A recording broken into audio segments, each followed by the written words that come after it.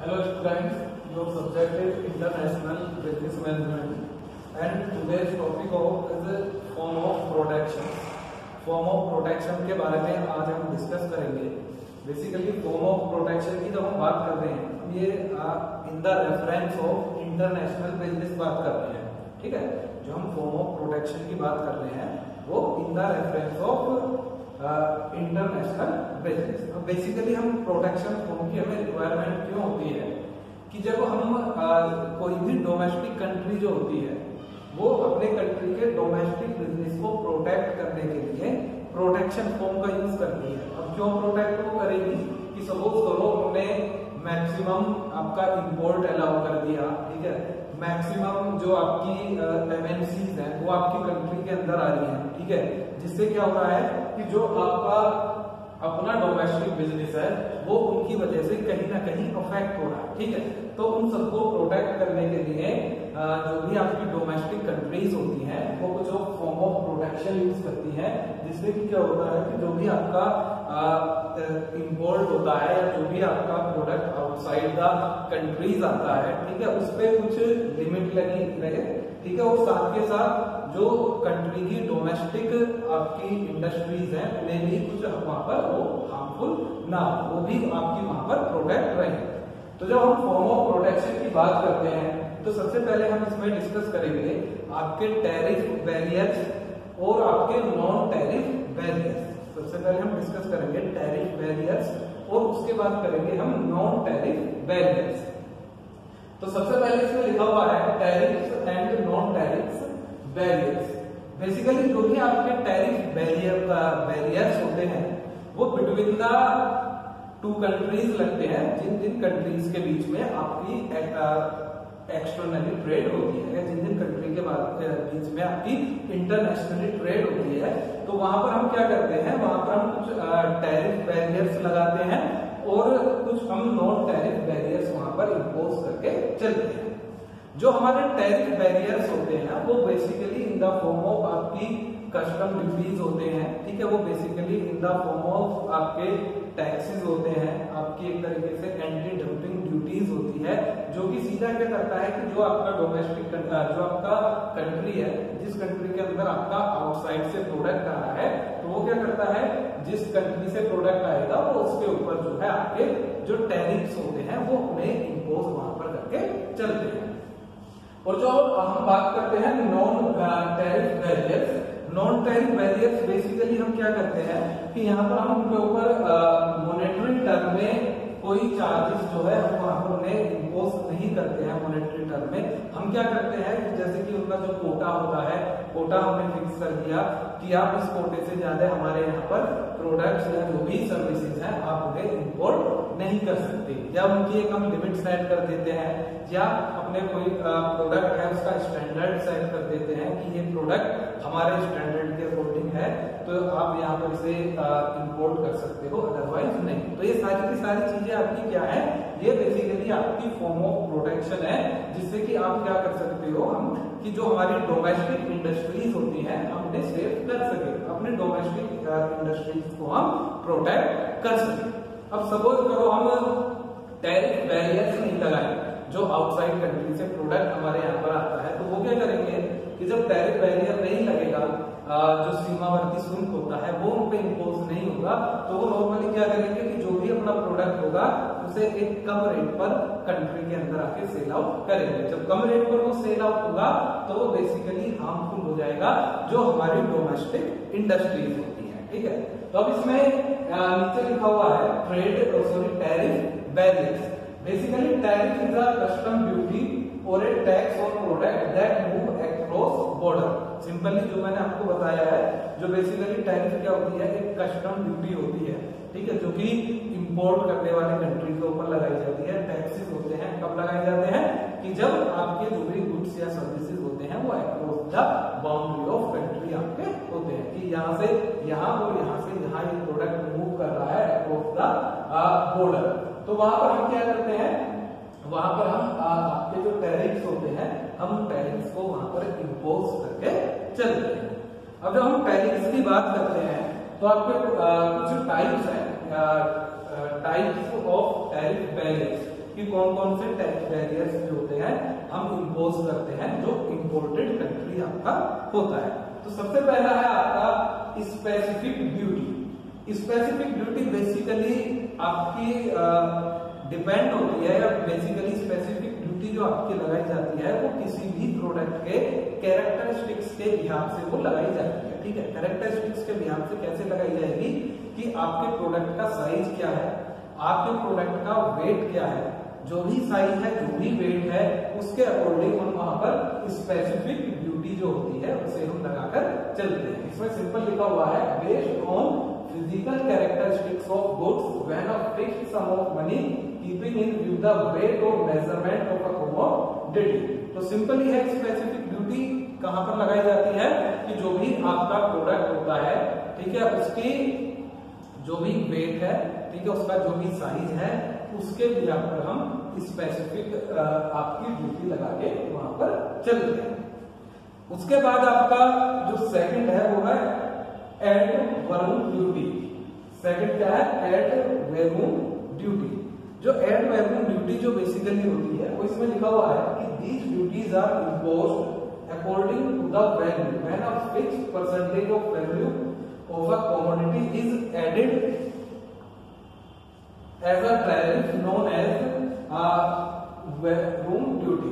ठीक है, बेसिकली आपकी एड वैल्यू ड्यूटी आपकी होती क्या है कि कोई भी प्रोडक्ट है, ठीक है, हम क्या करेंगे उसकी जो भी वैल्यू होगी उस प्रोडक्ट की वैल्यू पर हम एक फिक्स चार्जेस वहां पर लगा देंगे। जो भी प्रोडक्ट होगा उसकी जो भी वैल्यू है कि सपोज करो इस प्रोडक्ट की वैल्यू 5 लाख है या 6 लाख है, तो जो भी परसेंटेज होगी हम वो परसेंटेज जो है उस प्रोडक्ट के ऊपर वहां पर लगा देंगे। ठीक है, तो उसे आप कहते हो एड वैल्यू ड्यूटी। क्या कहते हो? Ad value duty. ठीक है, सिंपल है, जो भी किसी भी प्रोडक्ट की वैल्यू ऑफ मनी पर लगाई जाती है।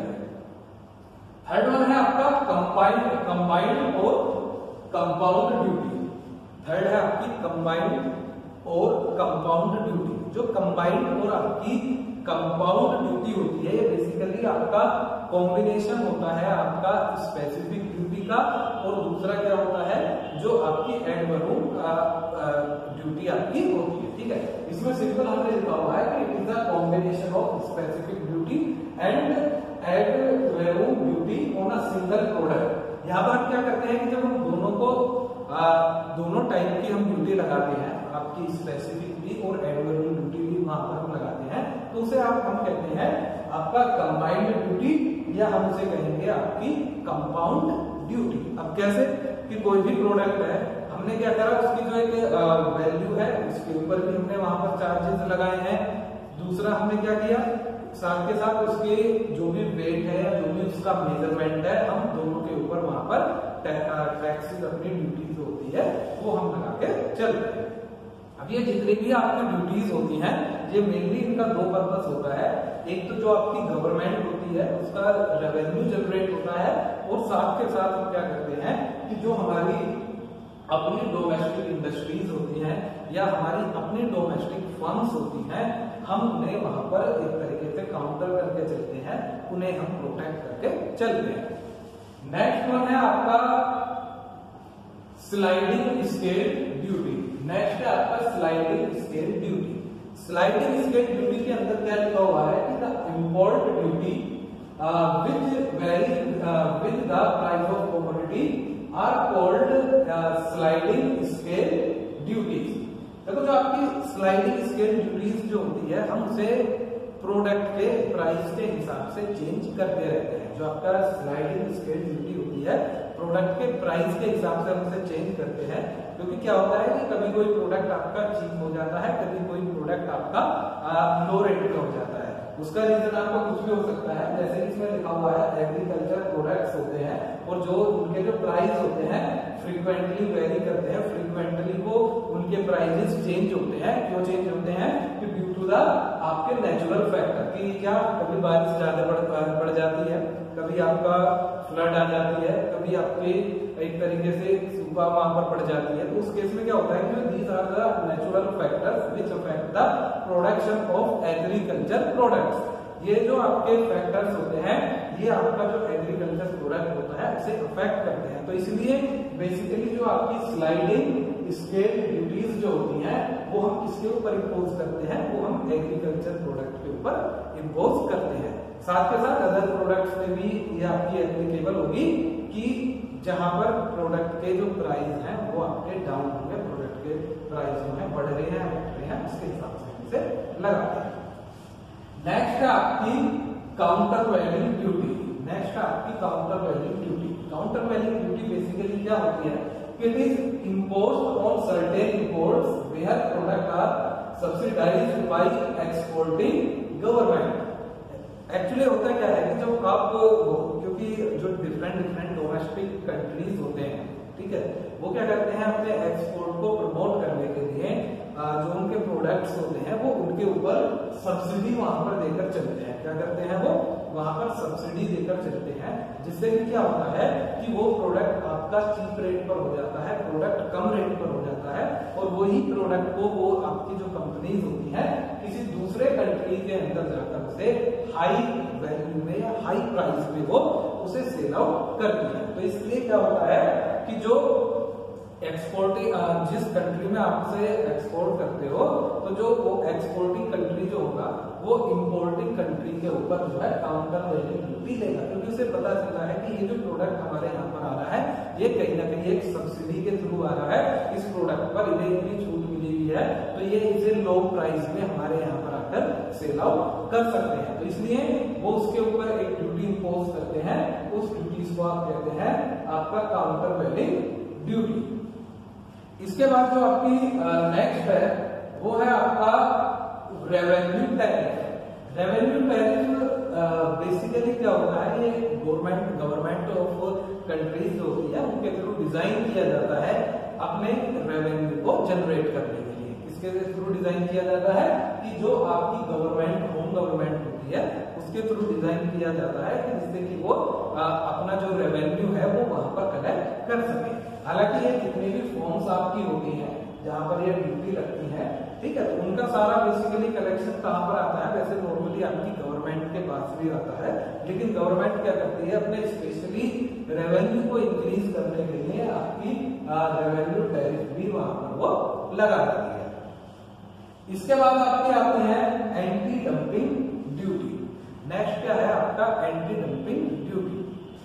डंपिंग बेसिकली क्या होता है कि जब कोई भी कंट्री जो होता है अपने यहाँ से प्रोडक्ट दूसरे कंट्री में आके जो है बहुत कम या बहुत चीप रेट पर सेल आउट करता है, तो उस प्रोसेस को आप डंपिंग कहते हैं, ठीक है। अब डंपिंग में जैसे आपने देखा होगा कि जो चाइनीज कंपनी है, ठीक है, पहले क्या करती थी कि जो आपका प्रोडक्ट होता था वो इंडिया के कंपेरिजन में उनका जो प्राइस है बहुत कम होता था। जैसे कि नॉर्मली आप देखो हम छोटे प्रोडक्ट की बात करते हैं, जैसे आपका डिफरेंट फेस्टिवल्स पर जो भी प्रोडक्ट यूज करते हैं वो बेसिकली एक आध साल पहले तक बेसिकली सब कहां से आते थे, वो चाइना से आते थे। चाइना से आने का मतलब क्यों, क्योंकि वहां पर वो सस्ते बन रहे थे और वो क्या कर रहे हैं उस सस्ते रेट से जो है हमारी कंट्री के अंदर उसे सेल आउट करते थे, जिससे क्या हो रहा था कि जो हमारे अपने जो कंट्री के अंदर उन्हें हैंडक्राफ्ट के उन प्रोडक्ट्स को बना रहे थे वो सेल आउट से नहीं कर पा रहे थे, क्योंकि क्या हो रहा था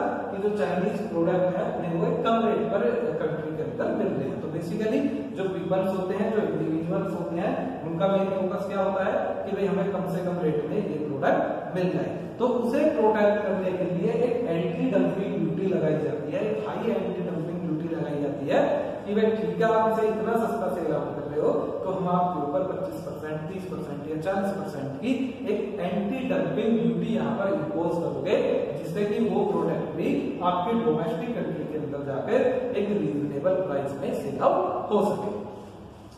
इसके बाद आपका लास्ट है आपका प्रोटेक्टिव टैरिफ। लास्ट क्या है आपका प्रोटेक्टिव टैरिफ। इसमें लिखा हुआ है प्रोटेक्टिव टैरिफ के अंदर in order to protect domestic industries from stiff competition of imported goods, protective tariff is linked on